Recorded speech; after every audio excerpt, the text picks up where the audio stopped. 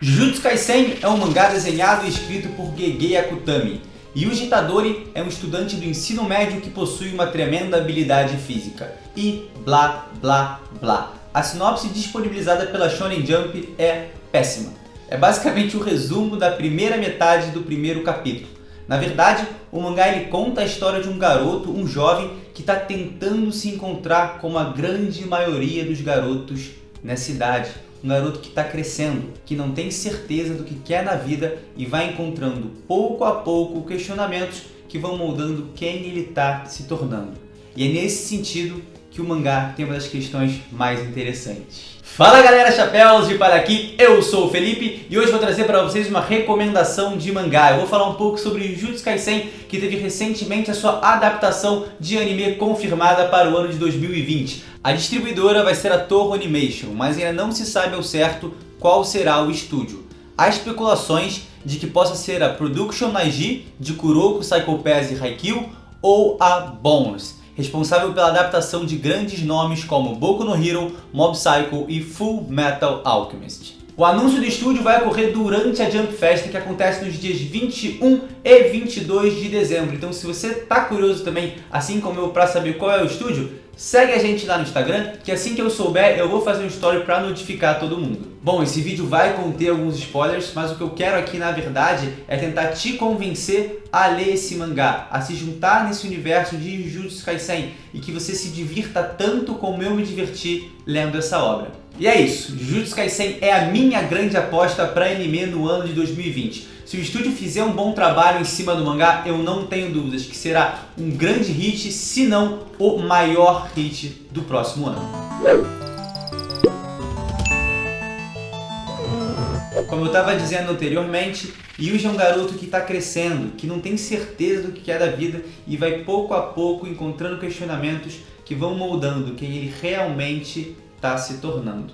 E é nesse sentido que o mangá tem uma das questões mais interessantes. Yuji ele não tem um sonho, ele não tem um objetivo claro e concreto. Ele não quer ser o rei dos piratas, ele não quer ser um Hokage, ele não quer ser o rei mago, ele não quer salvar a sua irmã. Para quem estuda roteiro sabe que algo se tornou praticamente uma máxima para a criação de histórias. O personagem ele precisa de um desejo, de uma necessidade, um objetivo que precisa ser claro para o leitor, espectador, logo no início da história, para a gente entender para onde ela está se direcionando. Afinal, é o objetivo que vai levar a história para frente. Se não há um objetivo, não há obstáculos para ele e não há movimento. Isso não é uma regra, tá? Uma estrutura clássica. Um evento no início da história vai lançar o personagem em busca de seu objetivo e a história decorre a partir disso. Mas essa construção narrativa passa a ser muito interessante quando subvertida. Na verdade, ela passa a ser muito interessante quando bem subvertida. Quando o ator sabe contar uma história, como é o caso de Gege Akutami. Não é que exista algo melhor ou pior para ser feito. É só que em Jujutsu Kaisen, a forma que é feita é diferente. O Yuji não vai ter um objetivo claro, tá? Na verdade, é seu avô que vai atribuir uma ambição, um desejo que, pasmem, logo nos primeiros capítulos vai ser questionado se é ou não genuíno.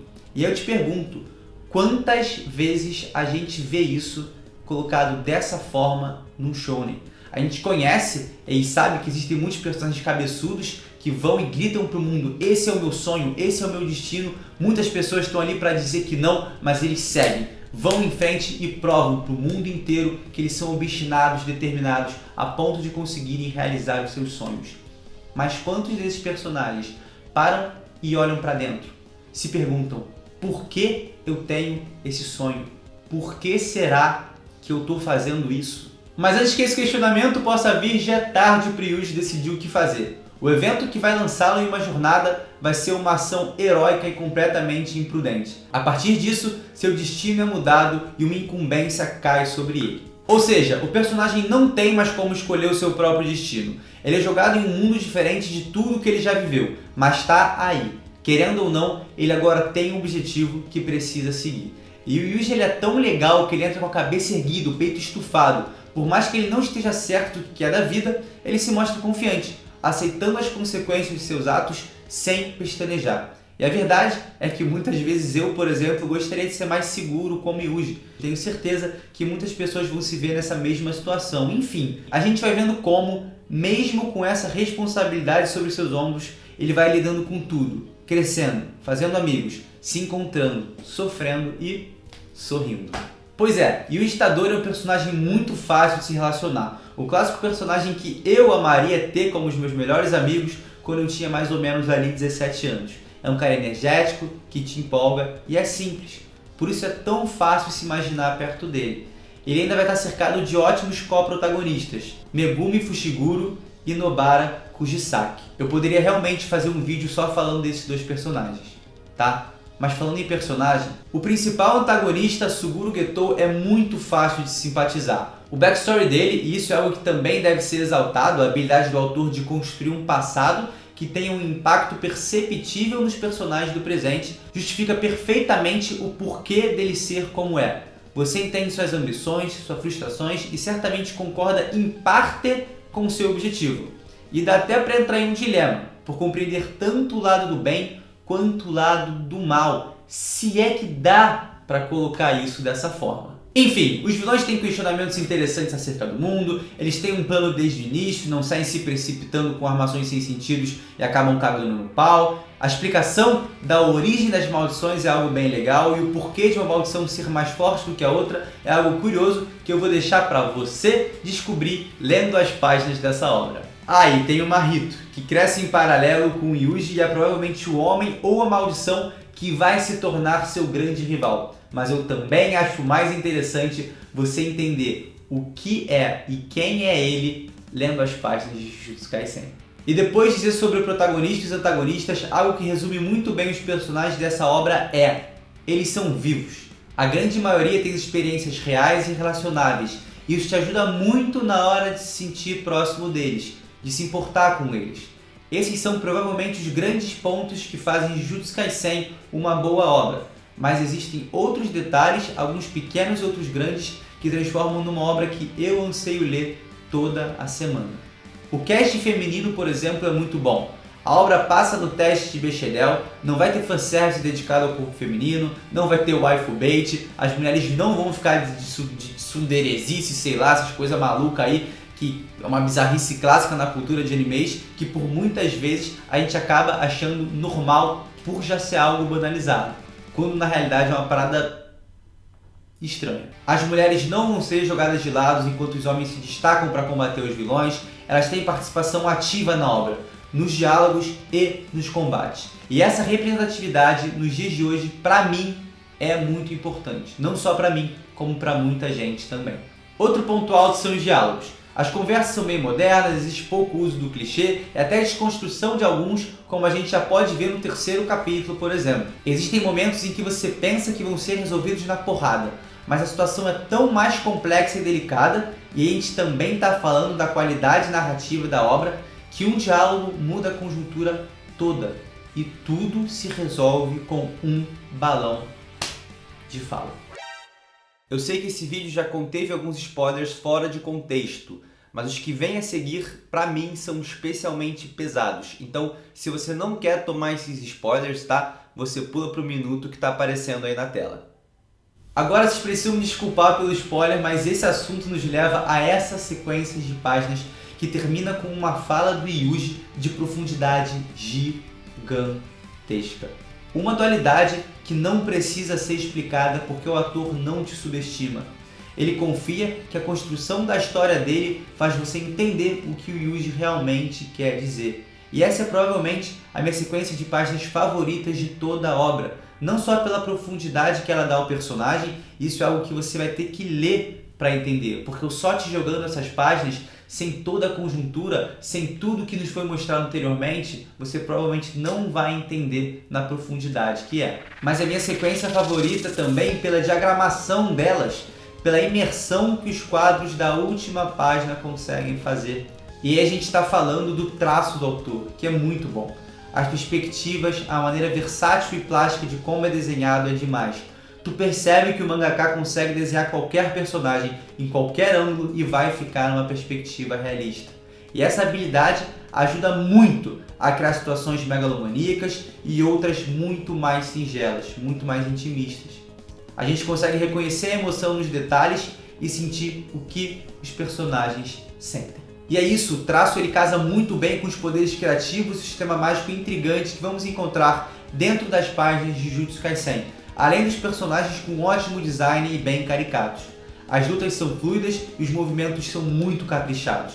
Às vezes eu tive alguma dificuldade de entender exatamente a continuidade das ações durante uma batalha, e eu acho que poderia ser mais claro? Acho que poderia, tá? Mas isso de forma alguma tirou a emoção que elas transmitem, até porque é um ponto extremamente positivo em todo o combate de Jujutsu Kaisen, que deveria ser a máxima em todos os shonens. Os personagens morrem, tá?